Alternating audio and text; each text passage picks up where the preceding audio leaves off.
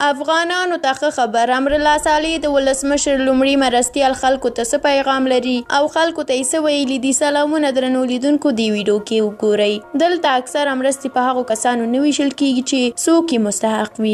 اول خو لا هماغه ځایه پکې غلا پیل شي، بیا یې ویشلو کې غلا کیږي او بیا یې سمو مستحقو کسانو ته نه ویشل کیږي. دلته سلګونه ځلې مرستې وشوې چې هیڅ چا ونه لیدلې او له یو څو چارواکو لخوا شاید ګودامونه ترې ډک شوي وي. که ویشل کیږي هم ډېر کم فیصد یې ویشل کیږي، هغه هم د چارواکو خپلو خپلوانو ته ویشل کیږي. نو اوس یو تازه خبر دا دی چې د ولسمشر غني لومړي مرستیال امرالله صالح وایي چې د کورونا وایرس پر وړاندې مبارزه روانه ده او اقتصادي اړخ ته دوی جدي پام کوي. هغه وایي چې په راتلونکو څو اونیو کې به په ټولو ولایتونو کې له خلکو سره د خوراکي توکو او نقدي مرستو لړۍ پیل شي. نوموړي په یو ویډیو کې له ولس څخه وغوښتل چې د کورونا سره د مبارزې لپاره د حکومت ته لاس ورکړي ترڅو هیواد له دې ناروغۍ څخه وژغورل شي. نوموړي وړاندې وویل چې په هیواد کې کورونا وایرس بحران ته رسېدلی دی او که په راتلونکو 2 میاشتو کې موږ ګرځبندیز په سمه توګه عملي کړ نو ښایي ژر به بیرته عادي ژوند ته راوګرځو. هغه له ټولو هیوادوالو غوښتل چې موږ نه غواړو د پولیسو په زور ګرځبندیز عملي کړو. نو له خلکو څخه مو